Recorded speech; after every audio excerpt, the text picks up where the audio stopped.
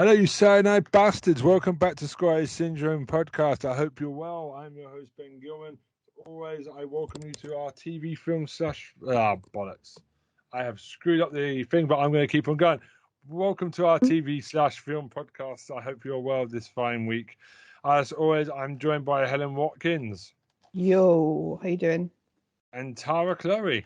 Hello, hi. Troy Salmon has decided work is more fun than being with us today, so good luck to him. I hope he's awake and not falling asleep at whatever he's doing. How are you guys doing? Not bad, yeah, not bad. I'm doing good, yeah. Just good. The cat is sleeping. And she's sleeping. Okay, that's not necessarily a bad thing. Record this on the eve of the England semi-final for the England's women. They're playing a bit shit, much like the men now that they've got the media screwing. You know the word I'm looking for. Scrutiny. I can't speak. That's the one. Damn speech impediment. Yeah. So I hope all the favourites are getting knocked out. So England are still in it to win it. So hopefully against Colombia they turn up and go for it because it is literally anyone's tournament now. All the big women teams are gone. So quite an exciting tournament happening in the background. Been enjoying that. Obviously, this country loves the pressure. We're horrible like that, but they're still in it. And unlike the men, they can win a penalty shootout. So they've got that going for them. Well, I have an announcement too. Apparently, today is Jay's birthday. He's the basis of Lunacy. Good for him. Yes, it's his birthday, and I believe he is what's 31 plus 25? Or what's 31 plus 22? Oh, 53? We wrote yeah, 53. Yeah, he's 53 years old. He's getting close to that free bus pass. He's a bit closer. Oh my god, a free bus pass, but I believe that's only valid in the UK. I'm not sure about Japan, but yeah, he still looks good. I'm sure he's been looking after his body. Yes. Shall we sing a happy birthday song? You can sing a happy birthday song. You can sing a happy birthday song, okay. Yeah. I don't know the guy. I'll be happy to introduce him to you. So. Okay. Who is he? Jay from Lunacy. He's the bassist. His real name is Jun, Jun, Onose, Onose. Oh, so it's he's a Japanese rock star then, I take it. Yes. Same. Very handsome. Same caliber as Yoshiki and X Japan. Yeah, friends, brother bands. Yeah. Fair play. Cool. Okay, so should we get on with the TV watching, the film watching? Let's get on to the point. Yeah, what have you been watching, mate? Me? Oh, great. So I get to get shot first. Okay, so that's what we normally do. I think why not? Let's just go with tradition. Okay, so I've thrown out a lot of shit because I've watched a lot of romantic movies, which is all just kind of the same bollocks. I have watched a lot of good stuff, but because we haven't recorded in a while and we're doing two back to back, I've managed to split out a good chunk of TV. There's stuff that I want to talk about with in the future for like the next recording when I've watched it all. So Down with Love and Down with Love, which is a Down syndrome love show. I want to talk about it next time we record because I've only watched one episode. So that, for example, that's on Netflix. It's from the guys who did the autism, Love on the Spectrum. Oh, really interesting to see how they stack up. I think they have found some really good positive shows. They've got. Well, it looks like we're going on to it. The first episode showed a Down syndrome celebrity from New Zealand who's in movies and stuff. Mm-hmm. So they're kind of profiling. Really seems like a really nice girl. Very good people. I love the enthusiasm as always. Positive so far. They don't do the stupid doesn't like things that they did with the autistic thing. Thank God they got rid of that. They just introduced them as just like normal people. There's that one episode. And what else was the other one that has been banned?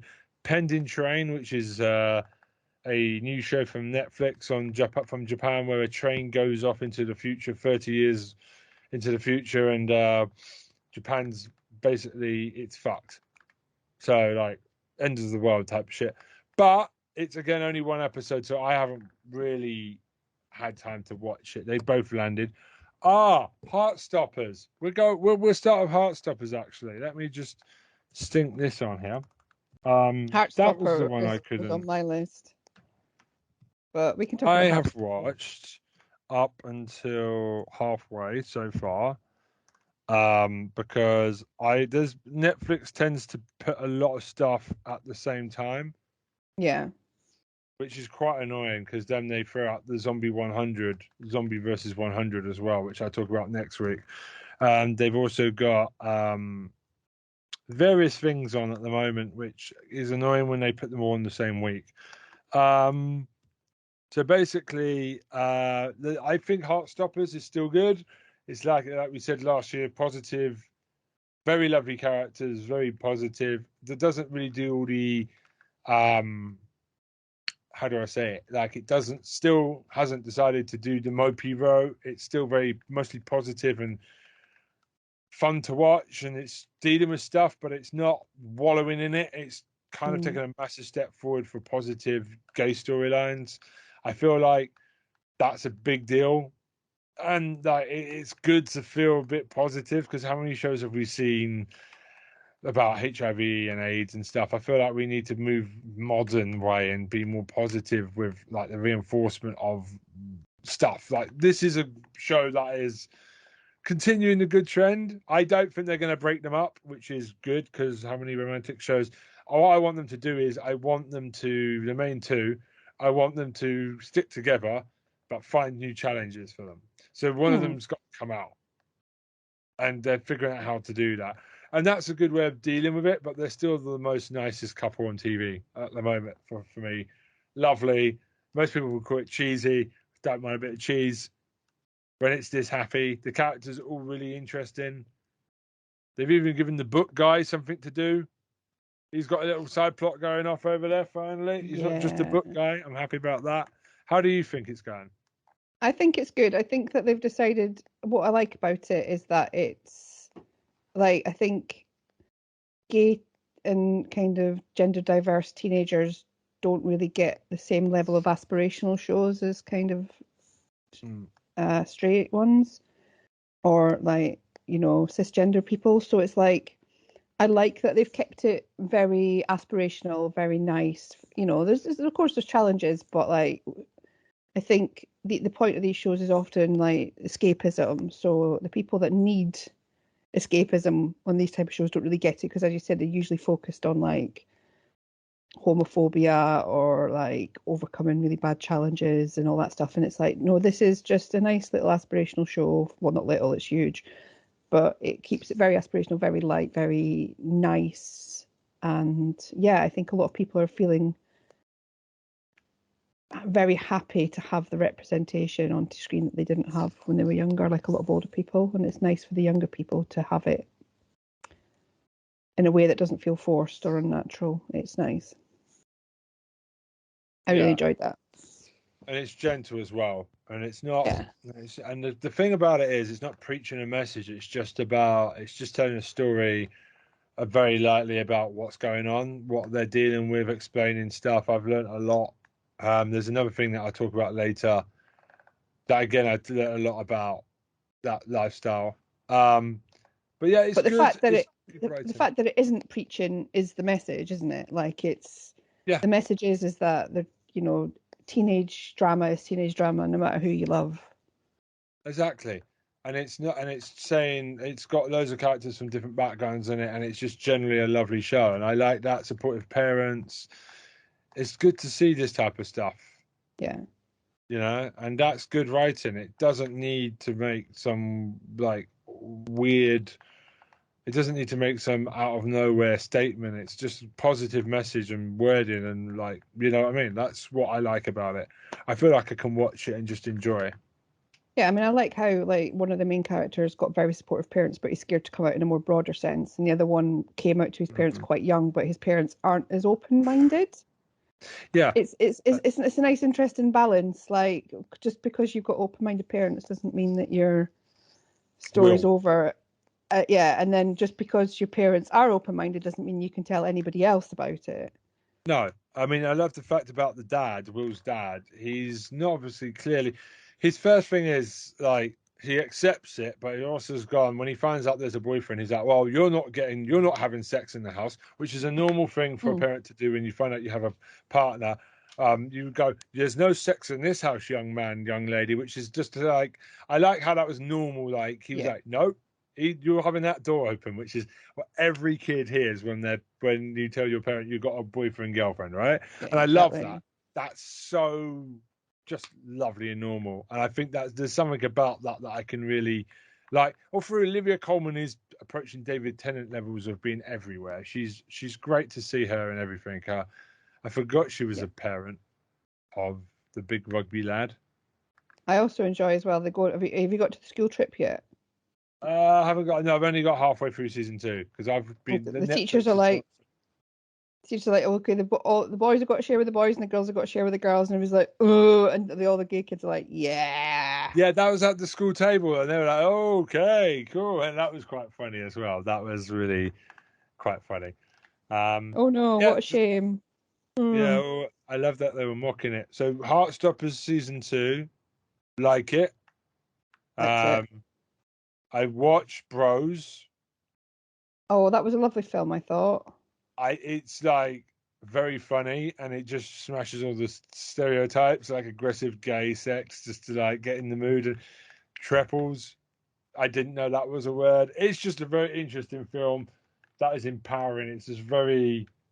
I enjoyed it. I roared my laugh. I laughed my ass off. And they called out, what was it? Oh, fuck me. What did they do? They called out something. Oh, I can't remember it. I actually got up and applauded. Shit. Never mind. They called something out in a movie. I can't remember what it was. Oh yeah, they called out Bohemian Rhapsody for Freddie Mercury's girlfriend getting more time than she should have. Yeah. And the importance of it. I actually stood up and applauded that. Seriously, the importance of that woman was massively overplayed in that movie for some goddamn reason. Yeah, it's a more comfortable story for most people, isn't it? Yeah, they shouldn't have had that. Yeah, I actually got up and applauded at that point. I actually got told to stop being noisy by my wife when I got up and cheered that. Yes. Yeah, but it's really good and it breaks through the stereotypes. It's just very good. The I love half a Billy bit. Eichner as well. Love Billy Eichner. He can be in everything. He's trouble. I love him. I've seen him in loads of other stuff on Netflix as well. So I look forward to more stuff.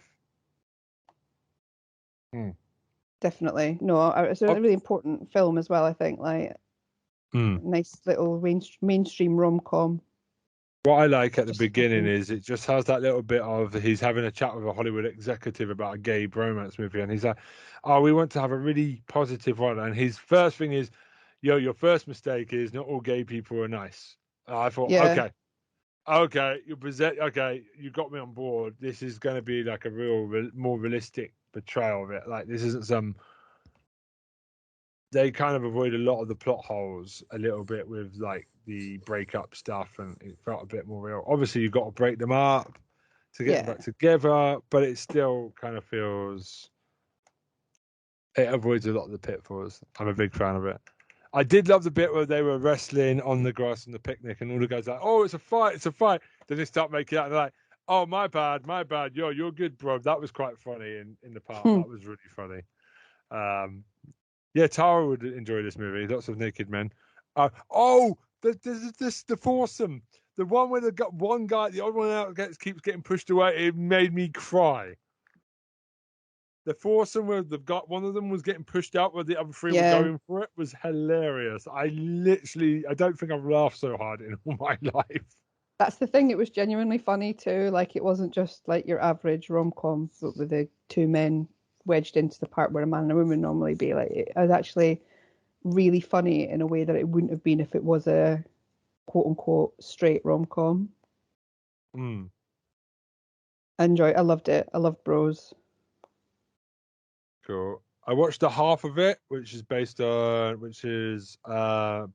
a Chinese American woman called Ellie Chu.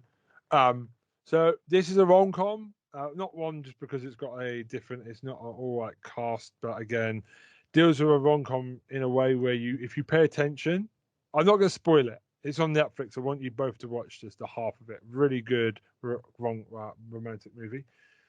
It doesn't do what you think it's going to do, and the romance isn't the most important part of the film.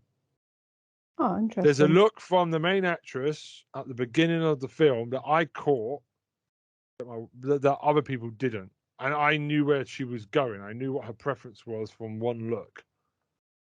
And she does it in a way where she doesn't have to tell you. She can just tell it in her face. And at the end of the film, I was correct. So I've been acting very smug. But I feel like this is a really good movie. Go watch it. I don't want to spoil it too much. It's, again, very different background. It just kind of, it's funny. And there's a lovely friendship between the main character and somebody else. That's really funny. Really heartwarming. Go watch it. The half of it on Netflix. Okay. Really good. I'm just going to quickly breeze through it because it's really positive. I watched The Wedding Singer with Adam Sandler and Drew Barrymore. Oh, that's a good film. Yes. Adam Sandler has a hit record of 50-50, but when he's good, he's brilliant. No, I agree. Well, but when he's bad, he's bad. When he writes his own stuff, he's bad. When he's in other people's stuff, he's great. Yeah. There's no halfway point with Adam Sandler, though. It's just like, you're doing that, are you? But yeah, it's a good film. I like it. Steve Buscemi is always a delight in anything he's in. I loved it. I thought it was really funny, and it was just generally, yeah, it's a classic. I can see why it's a classic. I do love the bit where he's shouting at the microphone, like the quote of, "You could have told me this yesterday." It's brilliant. Just the sudden scream he does sometimes is quite funny. Yeah, that's cool. Also, one more thing. I watched Lockwood and Co on Netflix. Oh, it was good, that. Yeah, really good. It's not getting a second season, unfortunately, but I enjoyed it, and I've watched it. Very good, very British. Like a set in a different 80s England that isn't like alternative. The world's gone to pot. Ghosts can kill. There's no power. There's no iPhones. It's 80s. It's Thatcher England. See, we couldn't work out the time frame. It was like, it's either set in the past in a different timeline, or it's set now but with technology that didn't develop at the same rate. Yeah. Because it seemed like there was technology. Like the lampposts were obviously tech. Yeah. Like there was some different tech, but also there wasn't mobiles and stuff in the same way. Yeah. So it was really hard to tell where it was set, but I suppose that was deliberate. I liked it. I like the style. I like all the young leads. I'm going to be watching all of them going forward. Yeah. And it just feels like it was PAL. It feels like there was a lot to go through to get through the day. There was a lot of stuff happening. They always felt like they could go at any point. There's a lot of struggle to get the ghosts down. It's a shame that Netflix is its own worst enemy. They really should give things time to catch up with viewing figures sometimes. Yeah, I think so. But then other networks end up taking it sometimes. But I think sometimes other people end up taking them if Netflix ditches them. But yeah, I don't think they give things enough time. No, they're ruthless. Also, I watched Last Shift, which is a movie about a woman in a police station as it's about to shut. And it's a very... Tara's seen it. You've seen it? No? I thought you did. You shook your head there. Last Shift. It's about a policewoman in a last day in a police station. Her first day. It's getting disused and shut down, and there's loads of... You can guess what's happening. It's seen some stuff. And I thought it was really good. And for an hour and a half in one location, they clearly made the most of their mere budget and had a real good go at it. Sounds good. Yeah, good. It's on Amazon Prime right now. I would highly recommend it. Yeah, I managed to get through my picks in a relatively short amount of time. And it will make you shit yourself. It got me quite a few times when you're not expecting it. And that's hard to do now.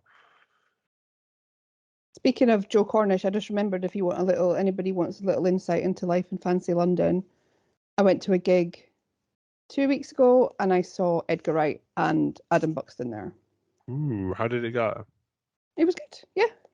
Um, it was the pulp gig at Hammersmith Apollo. I think I don't think it's like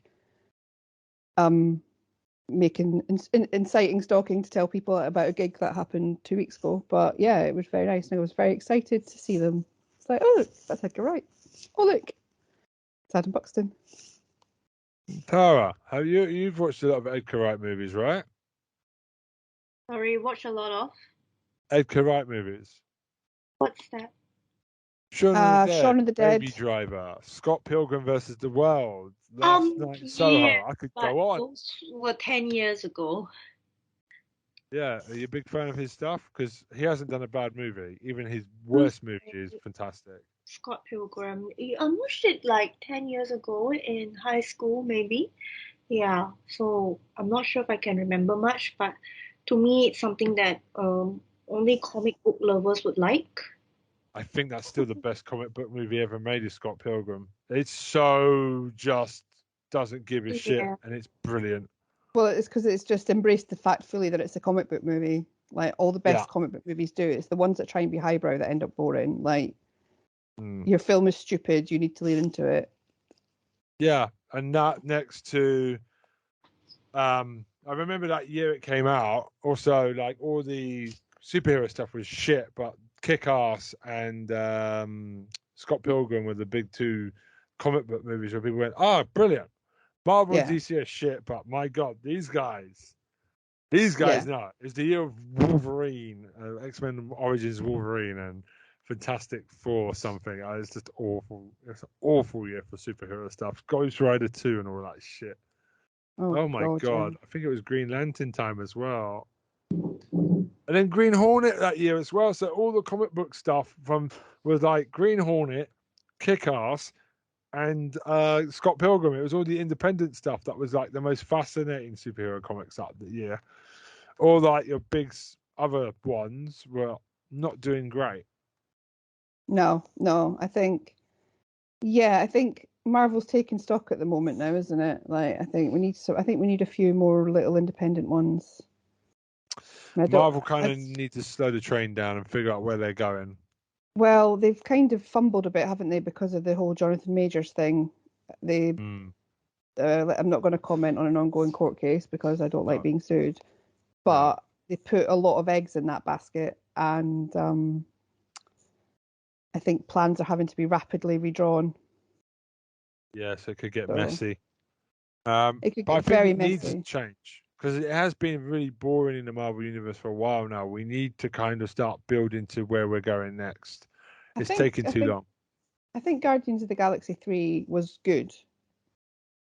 I mean, I think it was good because it was exactly, it wasn't trying to be anything that it wasn't. Again, it was a silly comic book movie with some kind of more emotional bits in it. It didn't try and pretend to be anything that it wasn't. Yeah. And I think it also didn't feel the need to add in a whole load of exposition and lore into the wider cinematic universe. It stood quite well on its own. That's what we needed, yeah. And that's what we needed. And I think more like that, I think we need to stop focusing on the cinematic universe and more on making good films. Like DC did. Like DC are doing that quite well at the moment. Their stuff just stands alone. And like, I think Marvel realize they can do a big Marvel one, but you don't need to tie every single little thing into it. Because like, the more pieces you add in, the wait between Avengers movies now is too long. You should have the next Marvel Avengers movie should be now, like it should be in place. So I kind of feel like we're going to be waiting forever now. I feel like they've introduced in. It is a really impressive universe, but because of Disney Plus now, there's not. It feels like there's more stuff in the way to get to the next big movie now, because you have to put. With all the TV shows, the films are still coming out at the same time. But now it feels like not a lot's happening because you've always got regular MCU throughout the year, and it doesn't feel like anything's mattering now. It doesn't feel special anymore. It just feels like everything they're doing is just another thing. This is why Star Wars has lost its sparkle, because it's just another show. I couldn't tell you the difference between Star Wars shows just by looking at them. They all look the same to me. desert planet and shit. Desert planet, cute alien, scary alien, battle. Yeah. Yeah, So I Disney think need to kind of look at that. exactly. But it stands. It says a lot that the best Marvel films coming out right now are the Spider-Verse ones. Oh, the first one slammed it. I can't wait to see the sequel when it comes to streaming platforms. I mean, the especially sequel like slammed it as well. To be honest, I say it quite regularly to my wife when we watch Netflix. I mean, look at what Netflix has, like a worldwide reach of loads of different genres going on. Yeah, they do compete with themselves a lot, but like Disney just do a couple of things. It's very boring. Where Netflix really does embrace that worldwide view. And yeah, it is quite hard to get a second season of stuff because they're always competing. But I like the different genres where you can bounce around stuff and just have a little different taste of something. That's great. And it is a problem for Netflix. They are competing with themselves basically in Apple. But my God, like it's a great problem to have because you're always going to find a little treasure somewhere. Yeah. Okay. Tara, what have you been watching? Yeah, well, you've been very Sorry. quiet. So basically, I've been watching Zombieverse. So it's this Korean thing on Netflix. It's a zombie show, but it's actually more on a reality survival show. So they actually like throw in a few cast members and see how they survive a zombie apocalypse. So they made it look real, but actually it's one of those reality survival shows. Okay. Yeah. It sounds interesting. Yeah.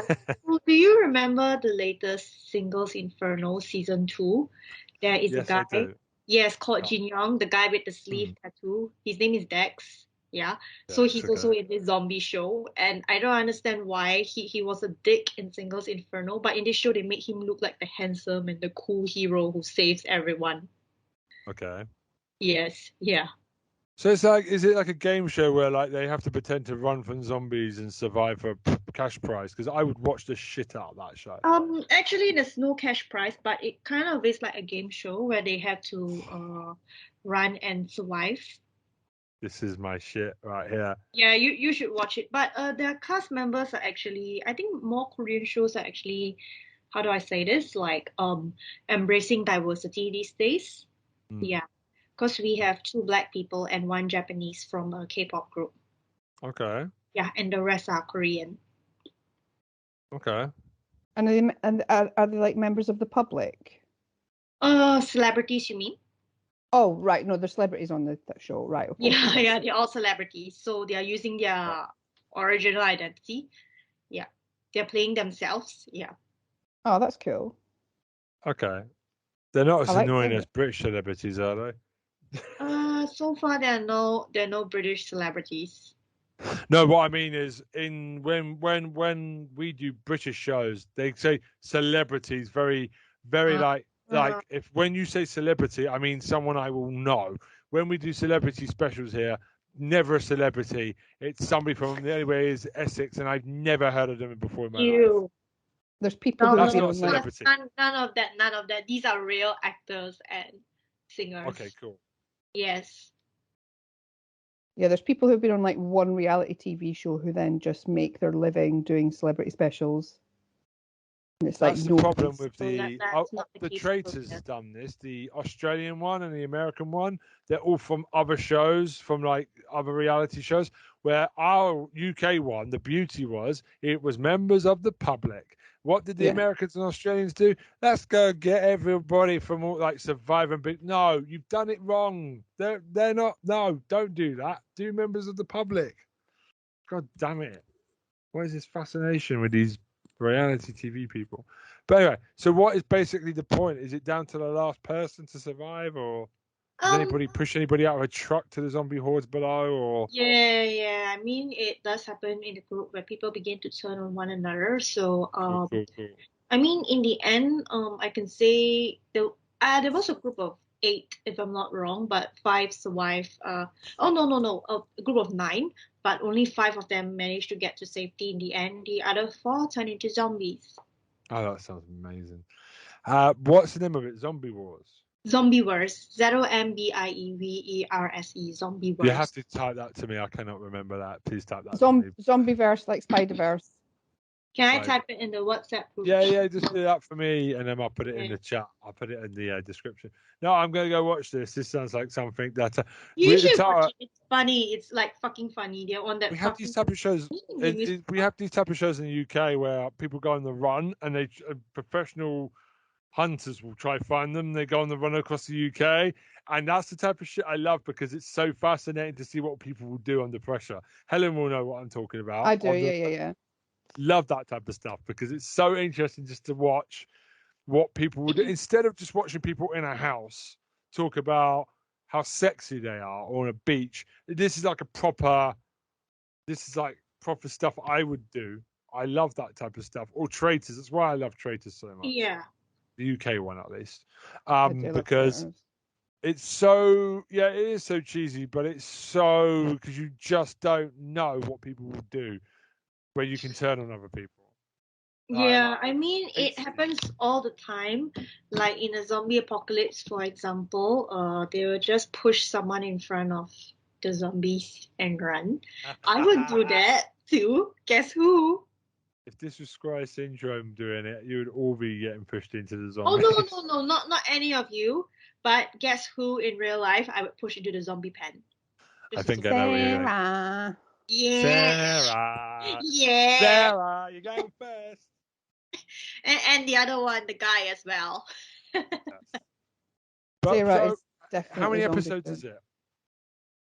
Oh, it's only 8 episodes. Yeah. That's fine. That sounds That's like doable. Okay, so that's a Netflix original. I'm gonna have to go watch that now. That sounds like amazing. Okay. What else have you got for us? Yeah, and so I'm not sure. I watched the movie yesterday. It's called Home for Rent. It's a Thai horror movie, and basically it's the same director as Shutter. If you have heard of Shutter. Ooh, okay. Tell me more. Yep. So moral of the story is it's not the ghost that is evil all the time. It's always humans. So basically, there was this nice ass house in Bangkok, and it's a like a huge ass house, like a bungalow. So they actually rent it out to a family of weirdos because they decided to rent a condo as well, the main character in the family. So the weirdos turned out to be a cult group, and they have a triangle thingy, and they are fucking disgusting. Like they commit a lot of animal abuse. They slit crows' throats, take the blood, and like smear it all over and create a triangle. I'm like, you people are fucking unhygienic and fucking disgusting. There's nothing scary about that. You're just plain dirty. No wonder you get so many sickness by doing that. Your cult group always dies because you're sick. Yeah, and they just smear the blood with a triangle. And you know what's the most fucking disgusting part? They ruin the people's bed by smearing it under the mattress. I'm like, yo, that's good IKEA mattress. Yo, why the fuck do you dirty it? Why? And put a lot of dirty things on the nice bed and the nice bungalow. You people are dirty, yo. Yeah, and they would do weird shit like, so the villain actually kept her 7-year-old daughter to draw in this fucking ugly ass doll, which looks like a fucking ugly Asian nutcracker. You know what? When the moment I saw it, I just wanted to drop it on the floor and have it break, or take a hammer and smash the doll, like what the main character did.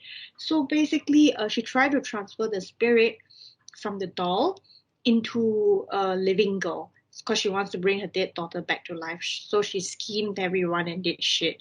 Yeah. And so in the end, it didn't succeed, right? And I was so happy when the doll got smashed by a hammer. I'm like, yeah, break that fucker, yeah. Yeah. You bitch. Yeah, that's why. So in the end, I don't think it's even ghosts that is evil. It's humans doing all this stuff. I mean, you could always rent that room to Sara and see how she gets on. That's another good idea for a reality show, right? Yeah. Let's do that. We can just ship her somewhere and just rent a room to her. Okay. Sounds good. Lovely. I'm into it. Yeah, so if you like Thai horror movies, I do recommend the director for Shutter because he made another one, The Medium. This one's really disgusting. In the end, everyone turns into real life zombies. Like zombies. Yes, like Zombieverse. And most people watched it just for the scene where the girl tore off her shirt. Obviously. Yeah. Just for that. I know many people in Singapore commented on that movie and watched it just for the scene where the girl tore her shirt off. I'm like, yo, seriously? Are you that depraved? Can't you watch AV or porn? Some people don't get a chance to see titties. That's the thing.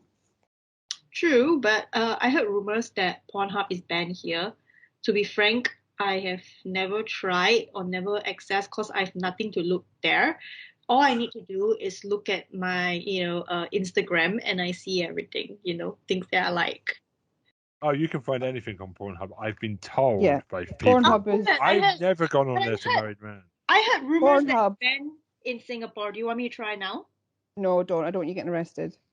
Okay, that's the thing. I'm actually, I heard it's banned in Singapore, but I'm worried if I try to search it, will I get arrested? Exactly. No, Pornhub is. I'm very, very morally against Pornhub as a platform. I read. There's a podcast about it. John Ronson made called Butterfly Effect about Pornhub and talking about how, like, all of the content on Pornhub is stolen, which means that the people that made it don't get any money for it, but Pornhub get all the advertisers' money for it. And if anybody makes something that you have to pay for, then somebody will upload it to Pornhub.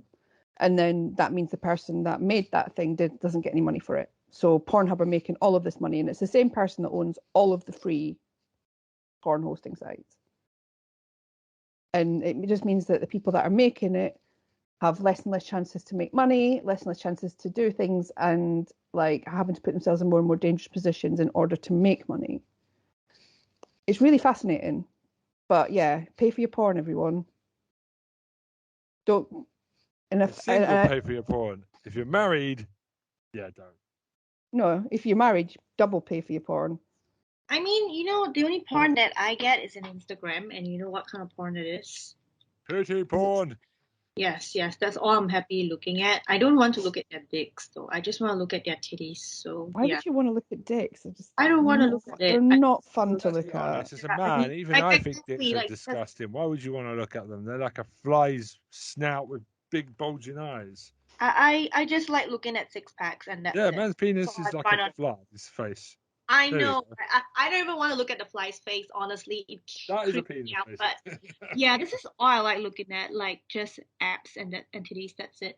Yeah, I don't want to look at what face down. Yeah, so I really would recommend listening to that podcast though. I found it so interesting. Like just how like people wanting stuff for free will not care where it comes from and who it damages. And I think it rots people's brains as well, having free access to that stuff. Like if you can just go on the internet and look at it, then I think it makes, I think it does something. It devalues something, intimacy, in a way that nothing else really does. I will stand. This is my top soapbox moment. I am very passionate about that topic. I realise not everybody is though. Okay. No, that's fine. They should be paying people. Exactly. Not the So, man Helen, that runs. Yo. Well, I have? can't. Earlier on, you talked about David Tennant being everywhere, and Hold up. it's all right. Hello.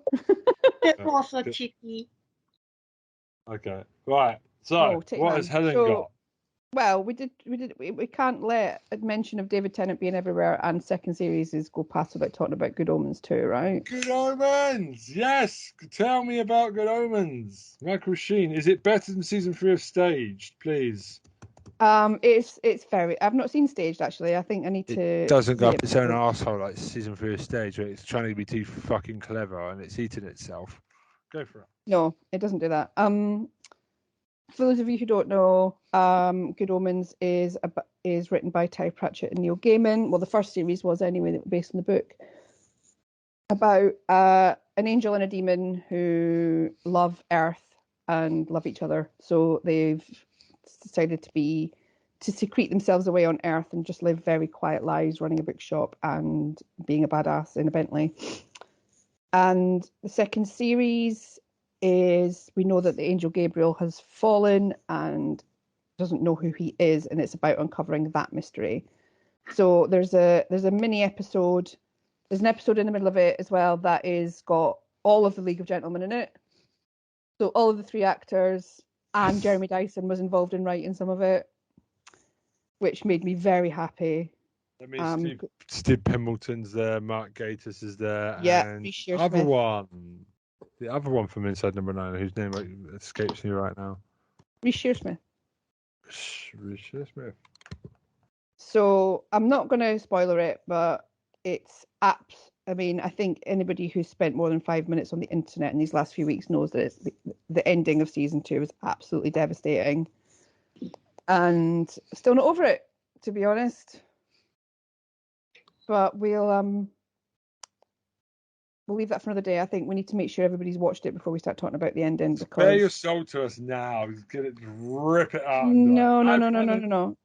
I don't want to talk about it because I don't want anybody to accuse us of spoilers, and I want you to have seen it first as well, because I think we will need to. Well, I think group therapy when we've all seen it is going to be more effective than single person therapy right now.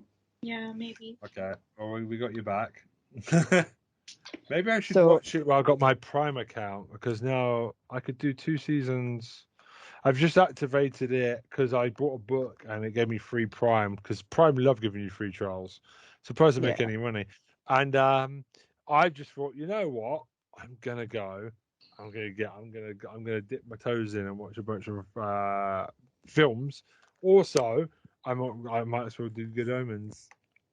Yeah, no, do and Good maybe Omens. Paper Girls as well. Paper Girls is good as well, yeah. Peter Capaldi's serial killer one. So there is stuff. Yes. I can't remember what that's called, but yes, it looks good. That's on our list. What was I going to say? So staying on Prime for a minute, I'm going to go for a couple of Australian shows, right? So They're going Deadlock. out the World Cup at the moment to France, so yeah. It's penalties right now. I'll update you if Australia is going to make it or not. It's 10 penalties in. Bye. So Deadlock is on Prime. It's Australian and it's a very dark murder mystery. So it starts with the police officer. So it's in dead as in dead and loch as in Scottish lake, Loch. No, I thought it was that Scotland. Oh, it's a deadlock. Yeah, it's a deadlock. So it starts out with a body being like washed up on the beach in this very small Australian town in the middle of nowhere. It's a little town called Deadlock, quite a high lesbian population, but all the people that are dying are men. Okay. So it's like everybody's like these lesbians, they're trying to, get rid of all the men. Witch hunting, basically. Yeah. So the chief of police in the island used to be a detective, but now isn't. And we kind of find out why a bit later on. But a detective comes from out of town, and she's a very disenchanted, very disconnected, doesn't really want to be there, so she's kind of half-arsing it. And it's about it's a buddy comedy between the island policeman. Well, I don't know if it's an island, I can't remember. I think it might be tip of Tasmania, and this out-of-town cop, but also like the murder mystery unfolding, and it's kind of, it's very darkly comic, but also quite frightening. So it ramps up the tension, but also like still remains funny in a way that not a lot of shows do. And I think it's really worth it. The mystery is really good. Because I think if it's a comic murder mystery, it's either funny and the murder mystery isn't good, or the murder mystery is good and it isn't that funny. But this one seems to keep the balance quite nicely. Mm-hmm. So I think it is really worth watching. What a premise! That sounds amazing. Yeah, so like all the men in the town are very scared for their life. So I like that kind of flipping it on its head kind of thing. Like it's the men that are all frightened. And it's got like a political vintage there as well, like modern day, like, oh, let's all blame the gays. Ooh, I like that. Not the fact that they're getting blamed, but like tasty. Yeah, it's like the men are frightened now. The men have to get out of town, men are fearing for their lives. And there's a lot of kind of, you can never understand what it's like to be a man in Deadlock, and all the women are like, Oh, please. Really? Please. Have you ever wondered what it's like to be a woman? Have you ever walked in their shoes for 5 minutes? Well, they do in this one anyway. So Oh, good. it's a lot of fun. And then staying in Australian comedy territory, Collin from Accounts Okay. on iPlayer. Have you watched any of it? I did. Not a fan? It was okay. I just didn't engage with it. It's fine. Okay, so I found a bit with the jokes, a little bit on the knuckle, a little bit. I found a little bit insulting, a little bit. some of them are not. Yeah, well, Australians are. Yeah, but not. it put me and my wife off watching it due to a Japanese joke we were done. That was Oh, right. Okay. that's so like I was on board until it did that, and any show that does a cultural joke like that, I tend to come off if I feel like it's a bit unneeded. It lost me there, and That's fair enough. you've pissed me off with what I think is an insensitive joke that you shouldn't really make, that means I can't come back. But how are you finding it? But personally, For me, I'm a bit more forgiving if I'm not forgiving at all, but I think sometimes if the show is about terrible people, like this show is, it's kind of about how they're terrible and they are the people that make that joke. And I find in that situation the joke's kind of on the people making the insensitive joke, just because we're not supposed to think that that's a good thing to say. Like this is displaying to the viewer that these people are not good people, and that's the whole point, really. Basically, it's about a guy who's on his way to work, and the woman walks in front of his car and flashes him. This is the funny bit. I found the premise quite hilarious. Yeah, so he crashes his car because he's looking at a tit, and then they run over a dog. And then they take the dog to the vet, and then the vet's like, well, this dog's going to be paralyzed. It's going to be this, that, and the other. It's probably best to put him down because the surgery's going to cost like $10,000. So the guy's like, yep, say goodbye, put him in the night drawer. And she's like, no, please don't kill the dog. I'll pay half. Like, I'll go halves with you to keep him alive. And then, of course, she's skint and never ever pays him back. And this is the beginning of the romantic comedy. So... he works in and the thing is like she's trash and he's kind of trying to keep his life together, but she's a doctor and he's a barman. Well, he runs a bar. So it's just about them kind of managing their dog, managing their lives, managing their bars and all that stuff. So it's a rom-com, so of course they're going to get together and split up a few times, but they've got the leads have got great chemistry because they're together in real life. So I found it, but I understand, yeah, if somebody makes a joke that makes you feel a bit uncomfortable, then that's the end of it. And it's the same for me too. But as I said, I do tend to give a bit more leeway if we're laughing at the people making the joke, not the people who are the focus of the joke. I see it, but I just kind of... No, that's fine. We've all got different tolerances of these things. Like it's no, not... I think it'd be worse if it was aimed at somebody from there, but I feel like if it I can, because of where, I see things through a different lens now. Yeah, exactly. So, yeah. No, that's fair enough. Like, definitely, like, other people have got different tolerances to these things or different things that they find acceptable. And I'm, happy to say that, like, if you don't want to watch it, you don't want to watch it. Like, that's the joy of television. You're enjoying it, and that's the most important thing. I liked it. Yeah, it's not highbrow. It was a good way to spend a couple of hours. Like, it was good. I did find the fact that she had what was it on the first episode? She did something and threw a poo outside the window. Oh yeah, she was on a date when she couldn't get she had a shit in her date's house and she couldn't get the toilet to flush. And she chucked it out the window. No, that's funny. The bit where she put off the date because it was a brother and sister thing. They pretended to be brother and sister. See, it was going well into that joke. I was enjoying it, and then it just went somewhere a bit too far for me. I was like, oh, damn it, I was enjoying it. No, that's fine. Like, I totally understand that because, like, things like that put me off as well. But you know, we've all got different sensitivities, and that's fine, you know. Fair play. Anything else from the land down under? No, that's it for today, I think. Okay. I think we've covered a lot for an episode. This is a bit chunkier than I thought it would be, but we haven't recorded in a couple of weeks, so I suppose we needed to kind of. It's like Christmas dinner. We've now our stomachs have gone for it and digested all that turkey. So now we feel should be a shorter one next week, hopefully. Well, I don't know. We shall see. We'll see. So is there anything else that anybody wants to say or hold their peace until next week? I would say for anybody who's watched Good Omens, we can set up a little support group if you like. In Australia, France right now, they are now on the 12th penalties, and Australia are through after taking a penalty 3 times because the goalkeeper kept jumping off the line. Well, Australia are through. Good day. G'day. I mean, if England don't win this World Cup, we're never going to win the World Cup. This is the best chance we've ever had. All the big teams are out. Wow, hell of a semi-finals. Australia, England, Spain, and bloody Netherlands. Anyway, why don't you do all your promotions and stuff, kids? Hi everyone, yeah, so I'm back YouTube channel thanks to my Korean spouse. So please check out my channel below, Many TT Men.